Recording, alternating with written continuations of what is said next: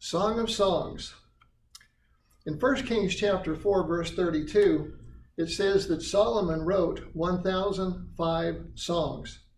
And we have one. We have Solomon's Song of Songs. And this is put in with what we call the wisdom chapters of Proverbs, Ecclesiastes, and Song of Songs. Now, some wonder, why in the world is this in the Bible? You know, it's a song of passionate human love between a man and a woman. Well, I think it's in the Bible because God wants it in the Bible.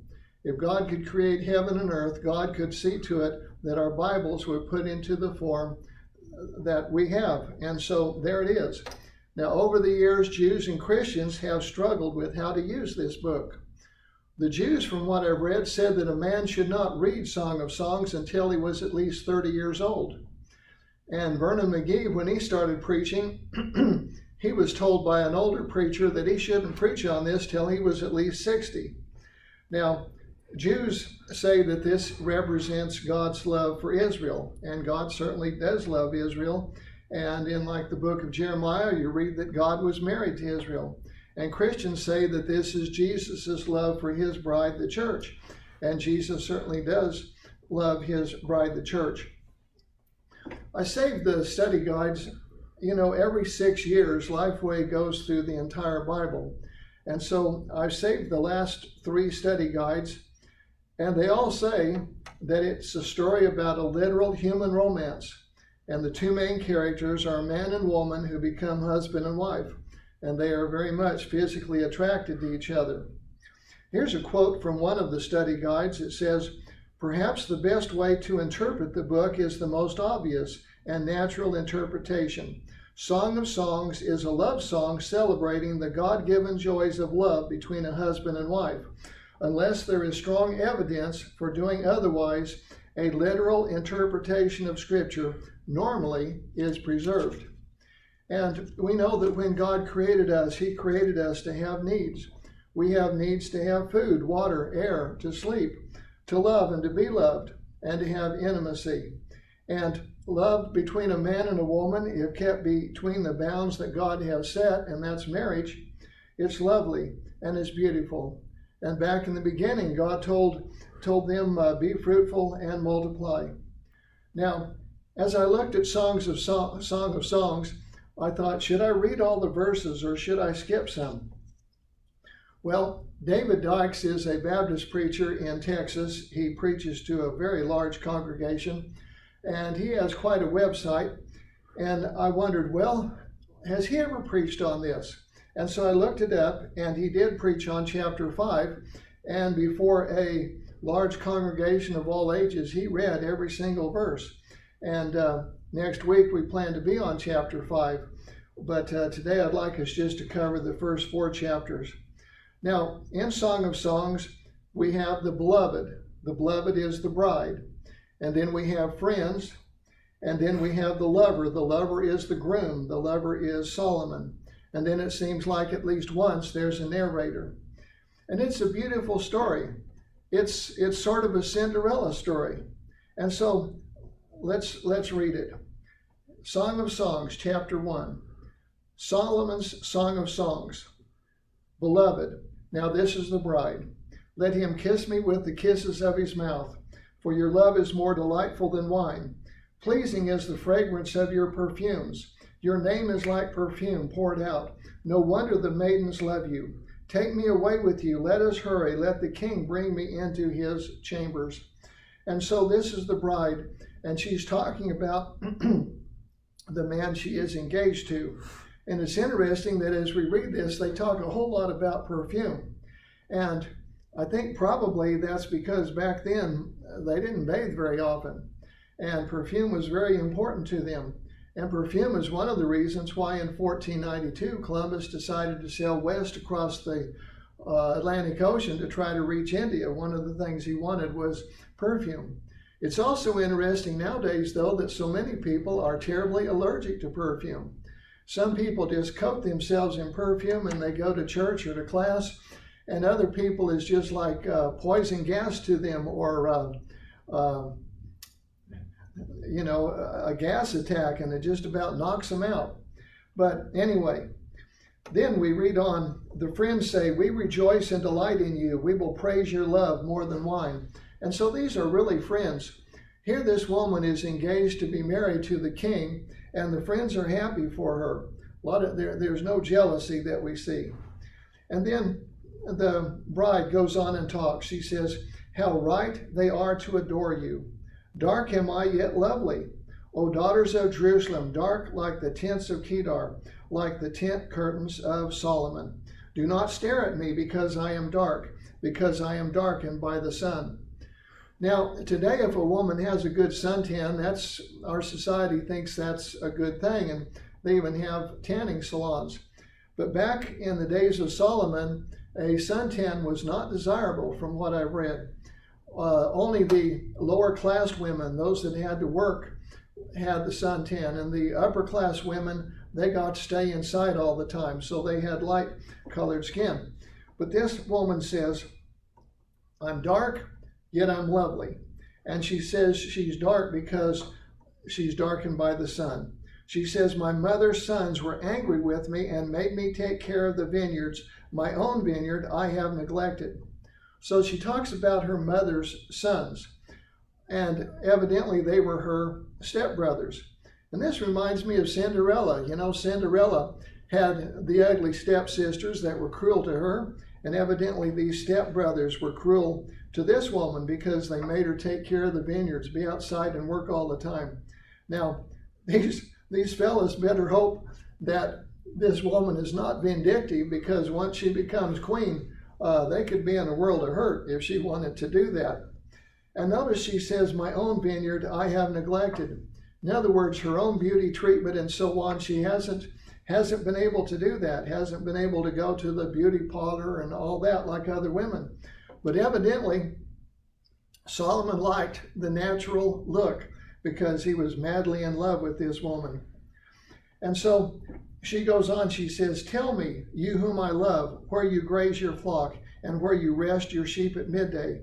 Why should I be like a veiled woman beside the flocks of your friends? So she wants to know where the man she's engaged to, where he is. Now, with verse 8, the NIV says it's the friend speaking, but other versions think it's the lover speaking, think that it's Solomon speaking. And he says, if you do not know, most beautiful of women, follow the tracks of the sheep and graze your young goats by the tents of the shepherds. And so he calls her the most beautiful of women. And you notice that both of them have elaborate praise for each other. And you know, those of us that are married, it doesn't matter how long you're married. Next week I'll be married 53 years. But you can keep your marriage fresh by making compliments to each other the way Solomon and this woman did. Now with verse 9 then, we have the lover. We have Solomon. And he says, I liken you, my darling, to a mare, harnessed to one of the chariots of Pharaoh. Now, if I was to call my wife a horse, tell her she reminded me of a horse, I'm not sure that would go over very good. And a lot of the comments, a lot of the things that Solomon says, I'm not sure it'd be real smart for a husband to say that to his wife. For example, later on, not in the first 4 chapters, but later on, he's going to say that his beloved's nose is like a tower. Well, I'm not sure that would be the thing to say. Solomon was a very wise man, and I think when they translated from Hebrew into English, that a lot of these terms just didn't get translated the way they were originally. But anyway, he goes on in verse 10. Your cheeks are beautiful with earrings, your neck with strings of jewels. We will make you earrings of gold studded with silver. And so he tells her how beautiful she is, and he tells her what he's going to do. He's going to make her earrings of gold with silver. And so he promises her that he's going to get her some fine jewelry. And then verse 12, we have the woman speaking. She says, while the king was at his table, my perfume spread its fragrance. My lover is to me a sachet of myrrh, resting between my breasts. My lover is to me a cluster of henna blossoms from the vineyard of En-gedi. And then with verse 15, we have Solomon. He says, how beautiful you are, my darling. Oh, how beautiful your eyes are. And then with verse 16, she speaks and she says, how handsome you are, my lover. Oh, how charming, and our bed is verdant. So she talks about our bed, and we're going to see later on that she's a virgin on her wedding day, but she's looking forward to that time. And then verse 17, Solomon says, the beams of our house are cedars, our rafters are firs. And so they're getting prepared for their wedding. And then chapter 2, verse 1, she says, I am a rose of Sharon, a lily of the valley. And verse 2, Solomon says, like a lily among thorns is my darling among the maids. What a compliment. You know, he says, compared with all the other young women, they're like thorns compared to you. You're like a flower, they're like thorns. And so then, verse 3, the woman talks, like an apple tree among the trees of the forest is my lover among the young men. I delight to sit in his shade, and his fruit is sweet to my taste. So she loves to be with him. He has taken me to the banquet hall, and his banner over me is love. Strengthen me with raisins, refresh me with apples, for I am faint with love. His left hand is under my head, and his right arm embraces me. And then with verse 7 is a verse that we find 3 times in the Song of Solomon. Daughters of Jerusalem, I charge you by the gazelles and by the does of the field, do not arouse or awaken love until it so desires. Now what she's saying here, and this is repeated 2 more times, this is repeated in chapter 3 verse 5 and chapter 8 verse 4. What she's saying is save sex for marriage. And I read David Dykes' sermon on chapter 5, and I'd like to read one paragraph that he stated. He's talking to his congregation of all ages, and he says, some of you unmarried young men and women are virgins. Some your age are not virgins. They may look down on you, but you can become like them anytime you want to, but they can never become like you. You know, the greatest present husband and wife can give each other is to be both virgins on their wedding day. But some throw that away for a one-night stand. I've heard adults express regret that they were not virgins when they married, but I have never ever heard anyone express regret that they were virgins on their wedding day. I've also heard, I have no experience with this, but I've also heard that couples that have premarital sex before marriage lose respect for each other. And if they're Christians, they surely know that they have violated God's will. And that is not a good way to start a marriage. Back when I taught in the 5th grade,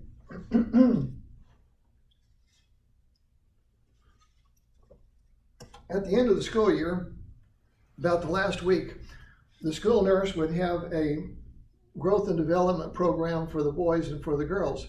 And she would take all the girls and show them a film strip, and I would take all the boys and I would show them a film strip. And the film strip was about growth and development, it was about going through puberty, it was about reproduction. And after the film strip, I would have the boys take out a piece of paper, not put their name on it, but I would have them write 3 questions that they might like to have answered.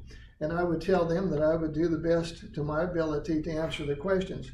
And of all the questions they asked, probably the most asked question had to do with safe sex.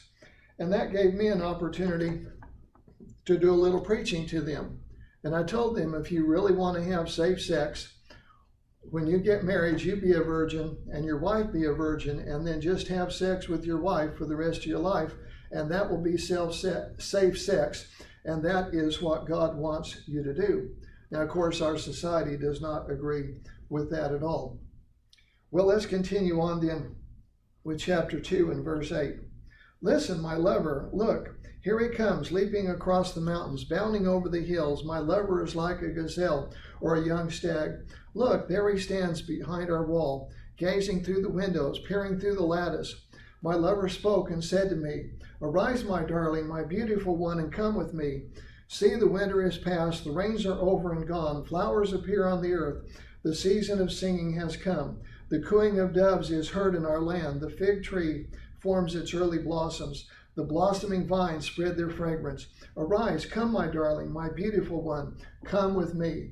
So Solomon desires to be with his beloved, and he invites her out on a date. And then, chapter 14, Solomon again speaks. My dove in the clefts of the rock, in the hiding places in the mountains, show me your face, let me hear your voice, for your voice is sweet and your face is lovely. So Solomon is wildly in love with this woman. He wants to see her face. He wants to hear her voice. And then with chapter 15, we have a very important verse. He says, catch for us the foxes, the little foxes that ruin the vineyards, our vineyards that are in bloom. Now, they would have vineyards, and when the vineyards had grapes, foxes, if they could, would get in and eat the grapes, and they would ruin them. And so he says, catch the foxes that would ruin the vineyards. Now, what he's talking about here is protect our marriage. Marriage is of God. Marriage is ordained by God. And since it is, Satan hates God, and so Satan wants to destroy marriages. And Satan's been very effective at it. So what are some of these foxes that can destroy marriage? Well, back in the beginning, God told Adam to leave his father and mother and cleave to his wife. And wives should do the same. But a lot of times, men and women don't want to leave and cleave. And a lot of times their parents don't want them to leave and cleave. And that can cause a great deal of stress on the marriage. And then another is career. A lot of times our society tells the men and the women that you're not fulfilled unless you have a big successful career. Well, next to God, our spouse should be the most important career that we have. And we should not put anything before our spouse, but sometimes careers can. And we know the story of Ebenezer Scrooge, where his love of money he put that before the woman he was engaged to. And then another fox that destroys marriage is selfishness. You don't have to teach a baby to be selfish. They already are. But as we grow up, we should grow out of that. And in the Bible, Jesus talked about the golden rule, treat others the way you'd like to be treated. And that certainly applies to husband and wife. And Jesus also said it's more blessed to give than to receive. And I can really understand that. Bell's has a big sale going on now. And so Jeanette and I went there yesterday. She hadn't bought a purse in a while, and she likes purses. So we went there, and the purses were on sale. And she didn't want to, but I talked her into buying three purses. And I got more joy out of her buying those purses than if I'd have bought anything. And I didn't buy anything out of the store, but she did.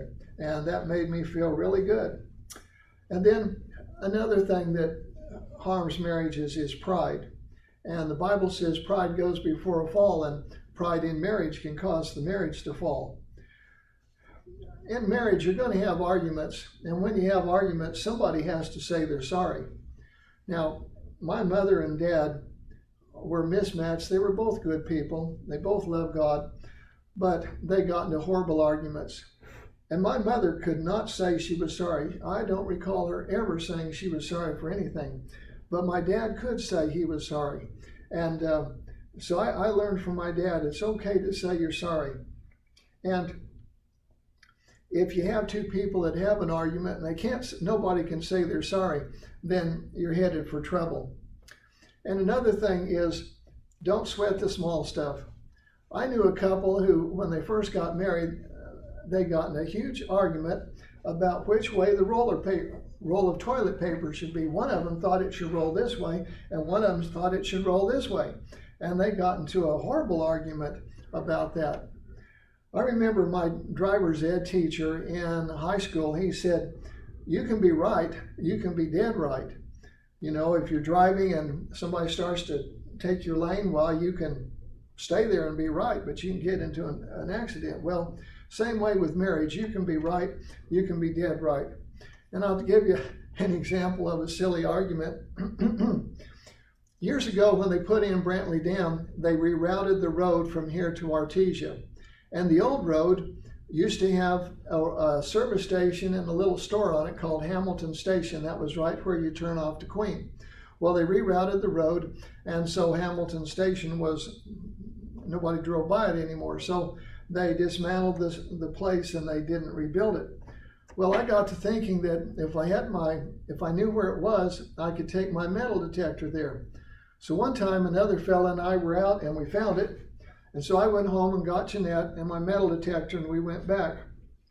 And I didn't find a whole lot. I found 2 silver dimes. But we got home and we got to talking about which way the road went. And I said it went one way and she said it went the other. And we started getting into a big argument. And so I said, all right, I'll prove it to you I'm right. So we hopped in the truck and we drove up there. And we got there and I said, see, it goes this way, I'm right. And she says, what do you mean? It goes this way, I'm right. And I think we both at that point realized how stupid we were and we both just dropped it. But a lot of times arguments can be that silly. And you got to know not to sweat the small stuff. And then another is commit to do God's will. You know, is self on the throne of our heart? If it is, there's going to be problems. Or is Christ on the throne of our heart? And commit to do God's will. If you have a husband and you have a wife, if they're both committed to God, the closer you both get to God, the closer you get to each other. You also need to be willing to change. We got married when we were 19 years old. And in a way that was good because we could kind of raise each other as we grew up. But I changed a whole lot for her and she changed a whole lot for me. Another is revenge. If you think you need to take revenge on your partner, that's going to cause lots of trouble. You know, we're supposed to forgive, we're supposed to return good for evil, and that certainly should apply to our partner. Well, let's move on with Song of Songs. We're in chapter 2 and at verse 16. My lover is mine and I am his. He browses among the lilies until the day breaks and the shadows flee. Turn, my lover, and be like a gazelle or like a young stag on the rugged hills. And so we find that the tremendous love and attraction that they have for each other. Now we come to chapter 3, and the first part of chapter 3 seems to be the night before the wedding. And the bride is dreaming. This is a dream she has. She says, all night long on my bed I looked for the one my heart loves. I looked for him but did not find him. I will get up now and go about the city, through the streets and squares. I will search for the one my heart loves. So I looked for him but did not find him. The watchmen found me as they made their rounds in the city. Have you seen the one my heart loves? Scarcely had I passed them when I found the one my heart loves. I held him and would not let him go till I had brought him to my mother's house, to the room of the one who conceived me. And then, daughters of Jerusalem, I charge you by the gazelles and by the does of the field, do not arouse or awaken love until it so desires. And we already commented on that. What she's saying here is, be a virgin when you get married. And then with verse 6, it seems to be a narrator. And he talks about Solomon coming to his marriage. And for time's sake, I'm gonna skip what this says. At the end of chapter 3, it talks about on the day of his wedding, the day his heart rejoiced. And then chapter 4, we have the wedding between Solomon and his bride. And Solomon says, how beautiful you are, my darling. Oh, how beautiful. Your eyes behind your veil are doves. Your hair is like a flock of goats descending from Mount Gilead. Now, possibly the idea here is the woman had her hair up and she let it down, and as it fell down over her shoulders, he said it reminds me of the flock of goats running down the mountain. But, we may not want to use these specific compliments on our spouse, but certainly we can think of others. And they have no problem telling each other that they love each other, and we shouldn't have problems telling our spouse that we love them either. He goes on, verse 2, your teeth are like a flock of sheep just shorn, coming up from the washing. Each has its twin, not one of them is alone. Your lips are like scarlet ribbon, your mouth is lovely, your temples behind your veil are like the halves of a pomegranate. Your neck is like the Tower of David, built with elegance. On it hang 1,000 shields, all of them shields of warriors. I wonder if here he might be talking about necklaces that she had. Your 2 breasts are like 2 fawns, like twin fawns on a gazelle that browse among the lilies, until the day breaks and the shadows flee. I will go to the mountain of myrrh and the hill of incense. All beautiful you are, my darling. There is no flaw in you. Now, do you suppose she was absolutely 100% perfect? I doubt it. But he was madly in love with her, and when he saw her that she was all beautiful and no flaws. Come with me from Lebanon, my bride.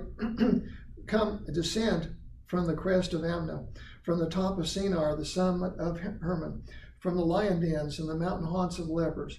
You have stolen my heart, my sister, my bride. Now, this does not mean she was his biological sister. This was just a term of endearment that they used back then. You have stolen my heart with one glance of your eyes, with one jewel of your necklace. How delightful is your love, my sister, my bride. How much more pleasing is your love than wine, and the fragrance of your perfume than any spice. Your lips drop sweetness as the honeycomb, my bride. Milk and honey are under your tongue. The fragrance of your garment is like that of Lebanon. Now then, verse 12, very important verse. He says, you are a garden locked up, my sister, my bride. You are a spring enclosed, a sealed fountain. Here he's talking about she's a virgin. This is their wedding day, but she's a virgin. She's like a garden locked up. She's like a spring enclosed, a sealed fountain. So they've been madly in love, but they have waited until their marriage day. And he goes on, your plants are an orchid of pomegranates with choice fruits, with henna and nard and saffron, calamus and cinnamon, with every kind of incense tree, with myrrh and aloes and all the finest spices. You are a garden fountain, a well of flowing water streaming down from Lebanon. And then here's what the bride says. Now remember what we read back in verse 12? Okay, now here's what she says. Awake, north wind, and come, south wind. Blow on my garden, that its fragrance may spread. Let my lover come into his garden and taste its choice fruits. So she has remained a virgin, but now they're married. And so now she invites her husband to consummate the marriage. And so what a beautiful love story of this woman and this man. They're madly in love with each other, but they knew they ought to wait until they're married to have sex, and they did. And then finally they're married and they can consummate the marriage and they can feel good about each other and they know that they've been in the will of God. Now, this reminds me of Ephesians chapter 5 and at verse 25. This says, husbands, love your wives just as Christ loved the church and gave himself up for her to make her holy, cleansing her by the washing with water through the word, and to present her to himself as a radiant church without stain or wrinkle or any other blemish, but holy and blameless. Now, in the Song of Songs, this woman was holy and blameless on her wedding day, and Jesus wants her church, his church, to be the same way. Now, next week we plan to pick up again with chapter 5, and probably next week I'll spend a lot of time with what David Dykes had to say. But we've seen here about a man and a woman passionately in love, but they waited to have sexual relations until their marriage, and Solomon warned about the little foxes that would destroy their marriage, and we've talked some about that. And so those of us that are married, we need to keep our marriage fresh. We need to tell our mates that we love them. We need to come up with things, maybe better things than what Solomon said, but we need to come up with things to compliment our mate. So we'll let that end today's lesson.